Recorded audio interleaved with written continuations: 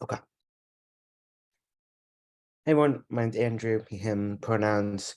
We have three caucuses up for discussion today. We're going to talk about Bread and Roses, the Socialist Majority Caucus, and the Libertarian Socialist Caucus. Bread and Roses and the Socialist Majority Caucus are two of the largest caucuses in DSA at the moment. And they have been in the last few years, two of the kind of largest forces. They have a lot of NPC members each. And they have a pretty widespread like organization and leadership across different chapters and parts of the organization. Libertarian Socialist Caucus is much smaller, although they were actually the first caucus founded of these three. They were founded in 2017, but they much smaller, no NPC reps at the moment, and less clear organizational affiliations with DSA. But I'll jump into that later. I guess to start, just to give kind of the background on what Bread and Roses is, how they started. They were founded in 2019. They kind of have roots across a lot of the left. They have some folks from Solidarity, which was a kind of big tent organization, vaguely out of the Trotskyist tradition, but also not rigidly. So they also have a lot of members who are in DSA and in YDSA, especially before like the 2016 bump in membership, when Bernie, of course, ran and Trump was elected. And so that's kind of where their membership comes from. It took a while for them to get founded. Some folks were involved in 2017. Gotcha. Some folks were involved in like the 2017 early caucuses of the foundation and other kind of left caucuses within DSA. But many folks really got started in 2018 when Bread and Roses, before Bread and Roses existed, they started their blog, which was called The Call. And then they officially launched ahead of the 2019 convention. Since 2019, they've had 2 to 3 NPC members. I say 2 to 3 because it's kind of complicated. They elected 3 members at convention this past 2021, but then 1 member seems to have left. So I'm making sure I'm adding people as they are joining the meeting. 1 member, Gilman Baga, left the caucus, it seems like, after he did not vote the way they wanted to on a few different kind of internal focused resolutions. May identify as a Marxist caucus within DSA. Exactly what that Marxist caucus, what that label means, I think I can kind of leave up to discussion. But I think one of the major hints would be they put a really significant focus on labor organizing, and the rank and file strategy is kind of the first point of unity is the centrality of class struggle. And so that's where a lot of the emphasis is. They also have a lot of folks who do independent and dirty break electoral work. The dirty break here, unlike the one of Reform Revolution, which I think we discussed last week or 2 weeks ago, it is somewhat less concrete. It's a little bit more of a vague dirty break, I would say, or there's not a clear, it's not a dirty break in 10 years, but it's a dirty break as in we must at some point break with the Democratic Party if we are running on their ballot line and must build independent organization, and we can jump into more of that in a sec. Socialist Majority Caucus, they were also founded in 2019 ahead of the convention. They have roots primarily, but not exclusively, in kind of the pre-2016 DSA world of politics. They're currently the largest caucus on the NPC. They have 5 members right now. They elected 4 at they have 4 members right now. They elected 4 at convention. And then after a few vacancies, they appointed Kevin Richardson to the NPC, who leads the multiracial organizing committee of DSA, I believe, and a few other things. So they had 5, but then Sabrina resigned, who led the electoral committee. And so now they're back down to 4, but it's still one of the largest caucuses on the NPC for sure. They don't have an ideology named within their points of unity or in their kind of caucus statements. But broadly, they kind of orient around the name socialist majority. They're trying to build majorities, and I think they take majorities really seriously in the work they focus on and in their approach to politics. In terms of like the work that socialist majority does, there's a really significant focus on kind of active electoral campaigns and social movements. Some folks may know New York City, relatively famous, I guess, DSA document is a 2017 electoral strategy, which is what kind of set out the path to run on the Democratic ballot line, but try to build like healthy campaigns both on volunteer and member engagement. And that was drafted by folks from socialist majority mostly, but not exclusively. There's also a fairly substantial emphasis on anti-racism feminist work. As I mentioned, a social majority member, it leads the National Harassment Grievance Officers Committee, as well as the Multiracial Organizing Committee. And so that perhaps kind of forms the base for thinking about social majority. Lastly, the Libertarian Socialist Caucus. This was earliest, it was founded in 2017 as a slate of NPC candidates. They have a somewhat confusing relationship to DSA at the moment.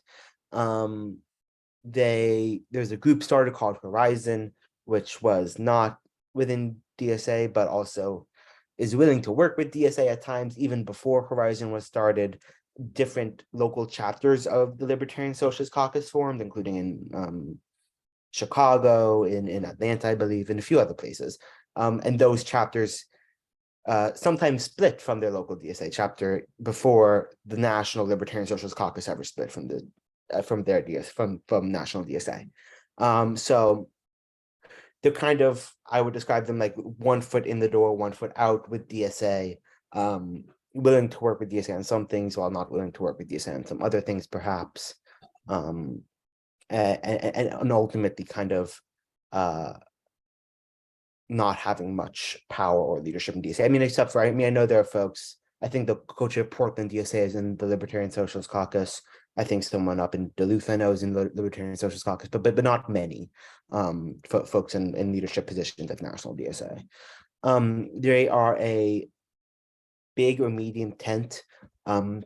Ideologically, in their statements, as they include syndicalists, council communists, anarchists, cooperativists, and municipalists, among many others. And they don't really have a clear focus on like socialist majority or BNR. Like BNR really focuses on labor work. Socialist majority really focuses on electoral work. The Libertarian Socialist Caucus doesn't really have that same type of clear focus.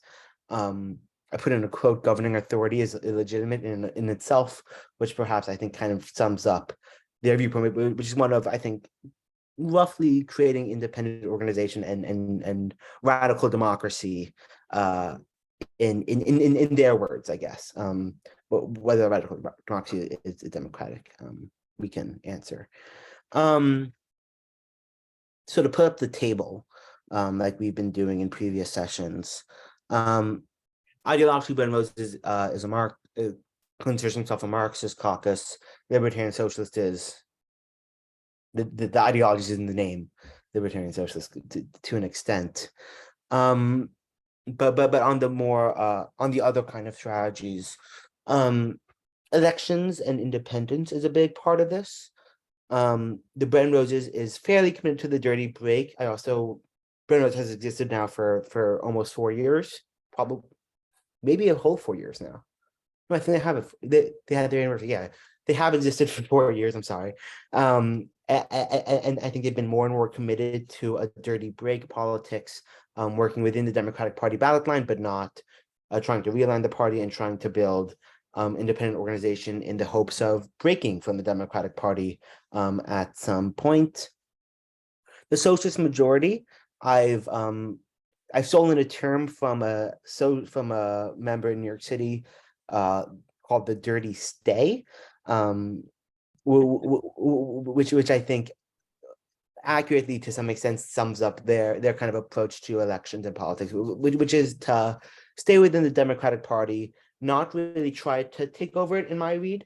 And again, they release the I'm sure folks read that the 2022 task statement against the, was it against the right and the center, I believe it was called, in which I think they kind of chart out this politics, that at times maybe it's more closer to realignment with the Democratic Party, but I think usually stays within the frames of trying to build some independent politics, but with a coalitional focus among forces. The Libertarian Socialist Caucus doesn't release a specific electoral strategy, but I'm gonna go out on a bit of a whim and say that they're not a big fan of socialists engaging in state elections. I know that might be a shocking one. In terms of identity politics, the Bren Roses includes in their section against oppression, which is where I would say we can kind of see how they think about identity politics as in their kind of centrality of class struggle, in the so in the centrality of class struggle and in the kind of the road to political action, the rank class strategy as they view it. I think oppression is kind of seen as something that exists and can be combated and can kind of take the form of identity politics, but isn't necessarily the most essential thing in their fight. In the socialist majority read of identity politics, I think it's fairly essential that they view for DSA and for socialists to engage in fights against the far right. And I think they make that very clear, especially in their statement of their tasks, as well as elsewhere. And for the Libertarian Socialist Caucus, it's you know, in their statement it says to fight all forms of domination, including white over people of color, I believe is the phrasing they use. Oh, I'm sorry. Oh no. Okay, sorry. So that would perhaps be the extent to which I think they consider identity politics. For internationalism, Bren Roses is internationalist, as according to their points of unity, or their central points. And in terms of Ukraine specifically, they're kind of somewhat vague within their tasks, but they point to inter-imperialist rivalries and a kind of anti-campism as they called it. So campism broadly being a term created during the Cold War, describing folks who were either with the Soviet camp, would be campists, I guess. And I guess that kind of overwhelms their international politics is a rejection of campism, but is, I think, what they termed class struggle internationalism, or internationalism that's not based on states but based on unity of the working class. The socialist majority has no mention of imperialism in either of their statements. They have one mention in their points of unity, and that's that imperialism is a racist institution. And thus perhaps they're internationalists, but I think with not much of a focus. And there's no mention of Ukraine. The libertarian socialists, I think, also mentioned briefly imperialism as a form of domination, but not a clear message around Ukraine. 723. Okay, I'm gonna skip centrality of anti-racism because I think we kind of got that with identity politics. Structure of a socialist economy. Bren Roses has, I think, the closest thing to an articulated plan about the structure of a socialist economy, which is real democracy.